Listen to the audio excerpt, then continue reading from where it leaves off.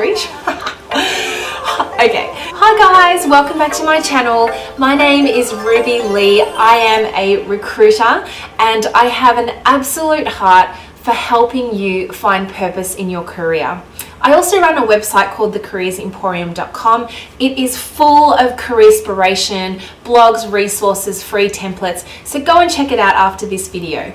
We are talking all about personal brand, and it's one of those topics that is hot. It always is. It comes up in your career discussions, and it really is so important to talk about it.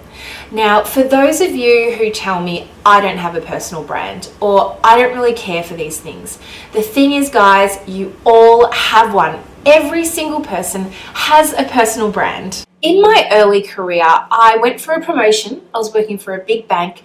I knew all the right people and I was a super hard worker.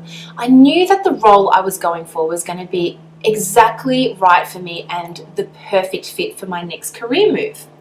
I went through the interview. I thought I absolutely nailed it. However, I didn't get the role. I asked the interviewer for some feedback and they were really honest with me. They said, "Rubes, there were others in your peer group who had a stronger personal brand." I was really quite perplexed by that feedback. A, because I didn't really know what they meant by that, and B, once I got to understand what kind of similarities they were looking for in a person for that team, I got really frustrated. I was thinking, I've got a personal brand which I can't control, or rather I don't know how to control, and yet all my peers and all of my colleagues seem to have kind of gotten this magic formula right, and they just knew how to portray themselves to the right people at the right time. So how do people form a personal brand opinion of you? Well, I would say they might ask your peers and your colleagues, so somewhat of a reference. You might have a kitchen coffee with someone and say, "Hey, do you hang out with Rubes a bit? What is she like?"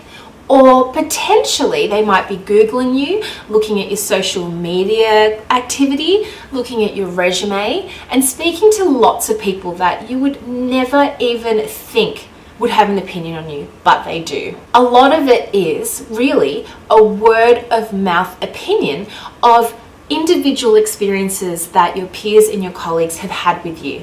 So how do you get to know your personal brand and how it's currently being portrayed?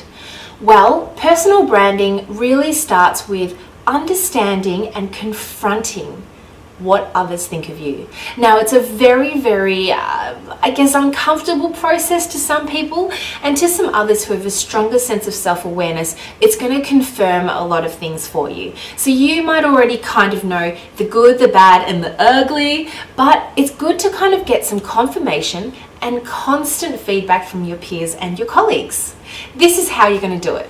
I have prepared a little exercise for all of you to go and try out. It's in the link below and also on my website in the free resources section if you're already a member. Jump in and find the workbook that's titled Personal Branding. It's going to walk you through a bit of a brain writing exercise. I have actually attached my personal example and how I've gone about discovering my own personal brand. Now, in the workbook, following the exercise, you're also going to come up with your own personal brand statement and a personal brand plan to help you continue to take measurable actions to help your personal brand grow and develop and get promoted within your network in all the right ways. There are some golden rules about personal branding. One is your personal brand can change. So make sure you're constantly checking in. Checking in as you change roles, checking in as you're meeting new colleagues or stakeholders, and of course checking in with the right type of people. So you want to have people that are going to be really honest with you, but in a way that's constructive as well. I'm sure we all know people in our own networks and industry that you can reach out to for that. My other golden rule is, yes, it is going to be really confronting. Don't take the bad and the ugly and get completely stuck in it.